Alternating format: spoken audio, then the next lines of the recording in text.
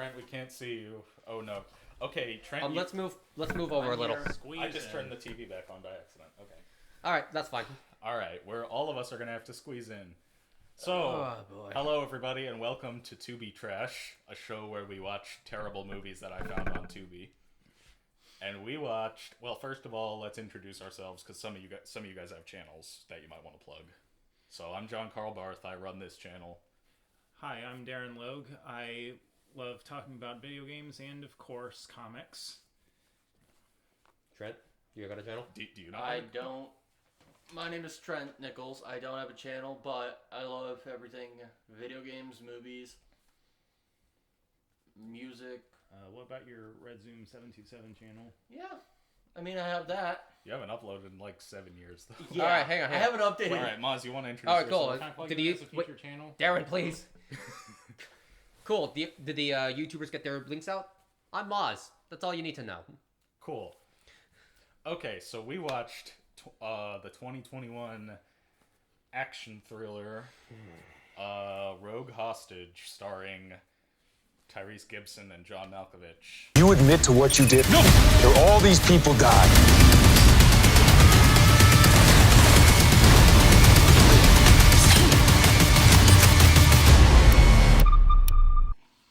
Which was Underwhelming. perfectly mediocre, let's just say that. It's what? No. No, it's not even mediocre. It's just not good. This series did not kick off with a bang, let's say. Wait, It's called Tubi Trash. What do we expect? Well, okay, but like it's not even like notable trash. Like it's not a so bad it's good classic. It's just not good. Yeah, it's just Hell, Kung Fu Panda 4 is better than this. weird I weird comparison, but I okay. believe you. I don't think those movies have very much in common. I'd say don't. Kung Fu Panda 4 was more focused.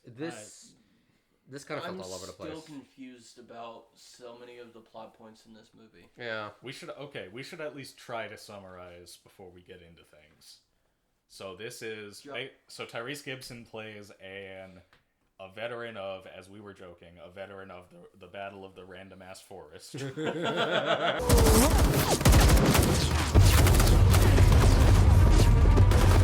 Which war is that supposed to be? Because it's not the Middle East. It does not look like the Middle East. It's just generic forest. Generic. It's just the closest I would say would maybe be Vietnam, but like no. No, he's too young for that. Yeah. He was Iraq? probably born. Well, no, because it's not the Middle East. It's just some random ass forest. But like the Middle East is mainly like a desert. Well, haven't you ever heard of the Battle of the Random Ass Forest? I have not. That's the best part of this film. It's just that joke. Why couldn't So that be a movie? eventually they tell us that it's supposed to be Afghanistan, which I didn't believe at first because the Middle East is mostly known for being like a desert.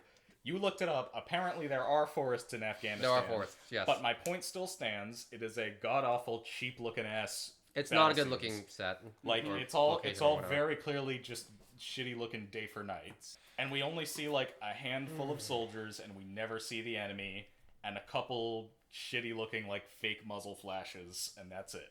It's a nothing of a scene. And bullets that pierce through trees.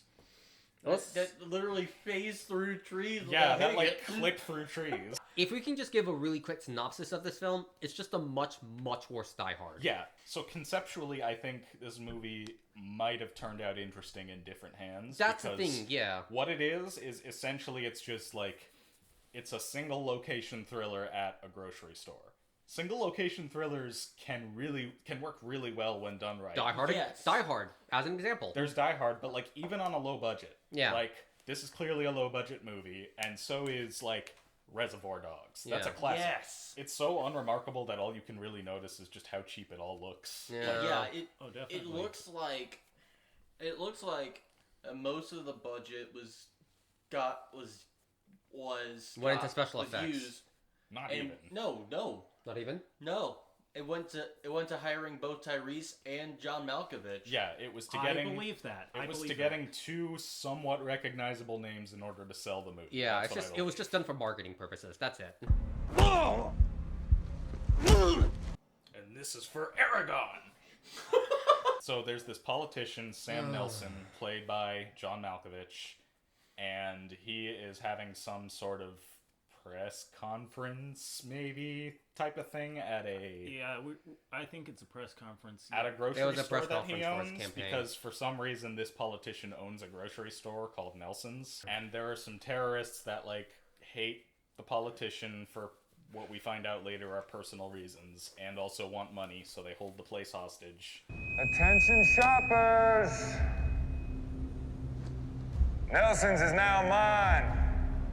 Looks like a budget sportsmaster from DC Comics. Our John McClane of sorts is the Tyrese Gibson character, who is an ex-Marine, like I mentioned, and a Child Protective Services agent. Then there's the subplot about the people who get caught in the storage room. There was a subplot? I I'm don't know. joking. This film is that forgettable. Yeah, honestly, like, I know... We just saw it not even like 10 minutes ago, and we're already having a hard time discussing it. This is unfortunately what I feared some of the more lackluster episodes of this series would turn out as, i.e. a movie that just wasn't very good and didn't really give us that much riffing material. Well, I mean, there was still some riffing material. There was some. There was some riffing material. We did Absolutely. have our fun making our jokes. My wife and my cousin are out there. I won't leave the one safe place we have if there's a chance of me getting them in here with us, okay? Your Pause. wife? Okay. Oh. There's a chance of me getting them in here with us, okay? She's gay! Okay? Did you not hear me just now? Hey, May. It might also be really stupid. But Yeah. this isn't like a legendarily awful movie that'll go down in It history. is just super mediocre. Yeah, Do I? yeah, we did go off topic a bit. A little, yeah. So what exactly happened to St. Christopher after he carried Jesus across the river? Well, He no, became a saint. he carried a child across the river and then saw Jesus. He didn't carry Jesus Oh. across the river. I don't think Jesus needs to be carried across a river. Yeah, You don't know that. Jesus. maybe, Jesus hey man, is just like, you know what Jesus is like. He turns water into wine. Do you think he wanted to turn an entire river into wine? How would Jesus be able to also- carry himself? he could also I'm, walk on water. I'm mainly Oh, referring that to the too. walking on water part, yeah. That sounds like such a pain in the ass ability. Well, I mean, Chance the Gardener from How would he Being take a There has bath that then? ability. I mean, I'm guessing you can, like, turn it off. I don't know. This is the worst kind of bad movie. The one that's not so bad it's good, but also not bad enough to make you angry. It's just kind of Or not eh. bad. It's not bad enough to make you. It's boring. It's not bad enough to make you. Absolutely die laughing at it. Yeah. It's not bad enough that it makes you angry. It's the. Why am I watching this? Honestly, like this film is We're watching is it because he mediocre, asked us but to. what I would tend to the do with bad point. movies is that I like to think of what we could do to make it like a little bit better. If most of the budget went towards just hiring the two noticeable actors, like that, get rid of that. That's not necessary. Yeah. Well, Um, unfortunately, Hire some unknowns. Yeah. unfortunately, it might have been necessary from a business standpoint. in Maybe. order to- Yeah. Well, but then Because again, honestly, the though, biggest problem I would say would be, I think the writing as a whole and the camera work. yeah, Like that needs to be a bit better. Because again, a single location thriller at a grocery store, in theory, sounds like it might work. A lot of reasons why it doesn't end up working, but one that comes to mind is a thing that makes this movie feel as cheap as it does is just how sparse it is. Like, there are not very many people on frame ever. You can tell that it probably wasn't even a grocery store they filmed in. They probably just found some warehouse and dressed it up like a grocery store. Honestly, I'd be surprised if they even had the budget for that.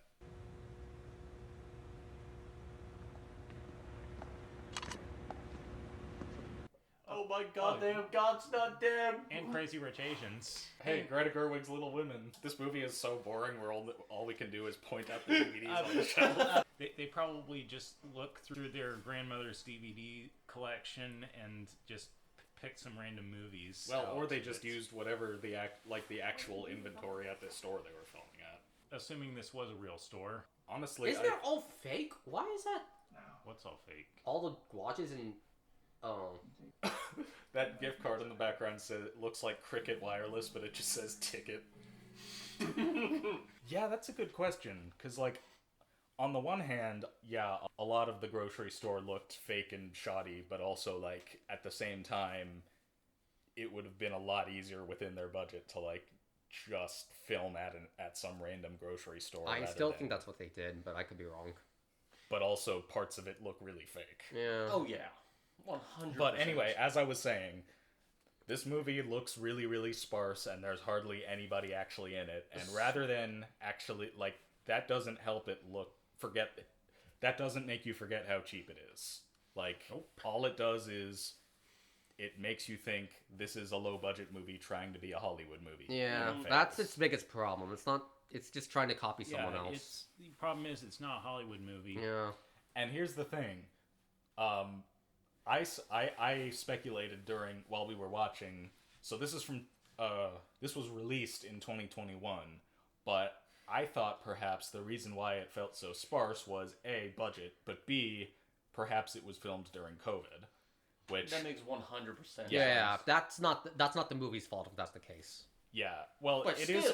It well, is. it's yes, to a certain degree. It's like if it was COVID, like you can't blame production being cut or set back. Well, it is and it isn't, because like it is possible to make a good movie under those circumstances if you embrace your limitations. However, they didn't. They tried to make it look like a non-COVID movie. This, if I could say something, this probably might be an insult. If you were to take the script and give it to like a bunch of very small indie creators, they could probably make a way better movie.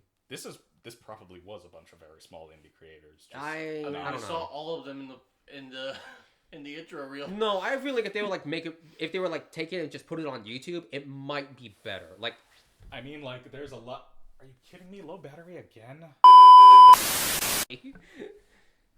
Had to switch cameras again. This shot is probably way underexposed, but I'm too lazy to set up any lights. I also really hope that all of us are actually visible, but this doesn't have a flip-out monitor, so I can't tell. we're not all in focus. I'm telling you that now. Well, whether or not we're in focus, I probably still look good. It's probably going to look something like this. If my hand is up to the edge, that means Trent is barely visible. We'll find out. We'll that could be see. wrong. Or I'll just look like a complete dumbass right now. Either way, doesn't matter. Anyway, I knew something was up, but he's crazier than I thought. Jeb! What are you doing? His name is Jeb.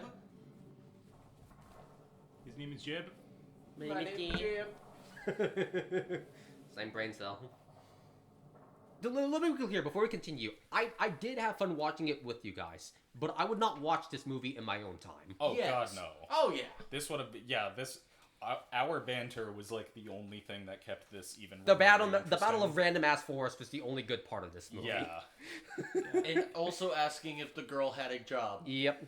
Yeah, so there's like, to explain, there's a character in this movie who's Mickey Sticky Fingers. Mickey Sticky Fingers, they call her, who is an employee at Nelson's at the grocery store, and her thing is she keeps stealing stuff. She's a kleptomaniac. And for some reason, like her boss like is well aware that she's doing this, and she knows because like there are security cameras. She waits to catch her in the act. Yeah, for some reason Yeah. she doesn't just fire her right away because she has concrete evidence. She for some reason needs to catch her doing it in person. Is that your excuse for being a thief? What the hell? Rainey, where are you? So does that mean I'm not fired? I'm gonna fire you from life. The characters aren't really all that memorable. The villain just confuses the hell out of me. Yeah, by the end of the movie, it kind of almost made a little bit of sense, but it also never entirely did. Because, like, it was established from the very beginning, from a scene in the beginning, that these terrorists hate Sam Nelson, the politician. So I thought they were just going to do some kind of assassination plot. And once they get to the grocery store, like, I was thinking, okay, this is the worst assassination ever because they, like, make a big deal out of it and keep everybody hostage. Like, why don't they just hide out in plain sight and kill the guy like an assassin would? But then it turns out what they're actually doing is they believe he did... It's a Die Hard. Well, no. So it's kind of, but not quite. And that's my problem with it. Yeah. So they believe that Sam Nelson did something wrong involving this guy Luther, I could never really tell what. Luther Race. Who, and they try to get him to confess to doing said wrong thing. And also they try to steal money from the store. So I guess maybe like their main motivations were political, but also they can get, but also they try to get money too, just because they can, I guess. Because they're evil. I had several theories about as to why they would do it, but it's not worth mentioning because like they were all kind of failures anyway. Well, I do think that what I said just now is probably the best. It's the best way to summarize it. Yeah. I will say, there is only one time I feel like it was an actual grocery store. It was when they were fighting in the produce section. Yes. Yes. There's only one scene that actually takes place in the produce section. I'm sure that's the first section of any grocery store we think of when we think of grocery stores. Yeah. Like when I think of H-E-B, I think of H-E-B, Kroger, Walmart, Randall's. H-E-B is a local grocery store chain for those of you who don't know. Harris Teeter for anybody in the East for some reason. Or, if anybody up north is watching this, there's Tops and Wegmans. As well as a I grocery have no store? fucking idea. You know what? It doesn't matter. Wawa's a corner store. I talked with John Carl earlier before these two guys showed up about how we rate movies, and that if I were to watch a movie from beginning to 10, it automatically gets above a 5 out of 10. Not this film. This film to me is a 3 out of 10, 2 out of 10 at best. I wouldn't go that far. I'd say this is maybe like... I zoned out like by the time we got near the end of the movie. So I zoned out, but the thing is, for me, it was kind of just a boring movie, not an outright atrocious movie. Yeah. And on those grounds, that it gets... I'm starting to see I would give it a 4 or maybe a 5 if I'm being generous. I'm sticking with a 3. I think I'll give it. If it was just me, I would have clocked out halfway through. Yeah. I kept clocking out, so I think I'm gonna give it a 2. Trent, you? To be fair, I don't have many super atrocious movies,